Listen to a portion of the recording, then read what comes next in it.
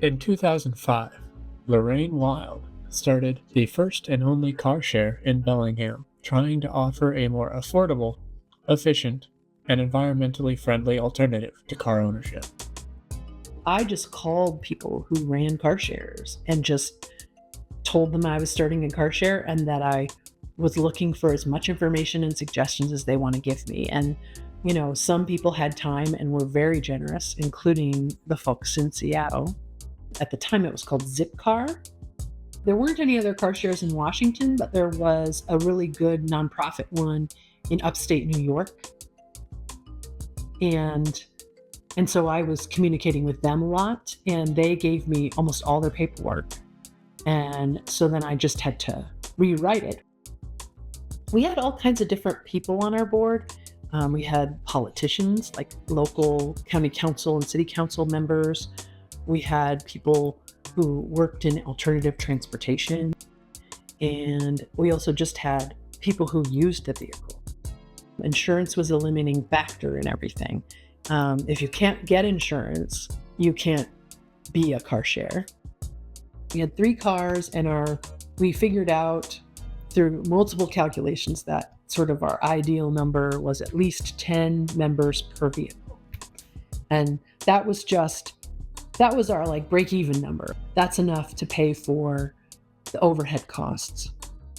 We had a logbook, an old-fashioned paper logbook in the car, in the glove box. And so when you picked up the car, you wrote down the starting mileage, you wrote down, how much gas was in it, and then at the end you filled out how many miles I drove and what my ending mileage is. And we had people like log that in online, and then we used that data to bill them. I did billing every month manually myself because we didn't have programs back then. They were hoping to have Zipcar on Western's campus. And I tried to talk to them and say, don't use Zipcar, use Bellingham Community Car Share, because we're already here. And in the end, Western didn't go in that direction. At one time, we had almost 50 members. And that was sort of at our, peak numbers. And I was volunteering for several years. And my intention was eventually for it to make enough to be able to pay me. But unfortunately, we didn't get there because the 3rd year of the car share was the 2008 recession. And so we lost, in less than a month, we lost half of our membership.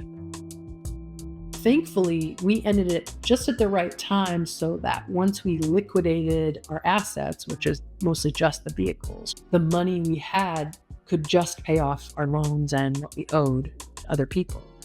I don't know that I would start a nonprofit now. Only because I'm had a lot more energy back then than I do now.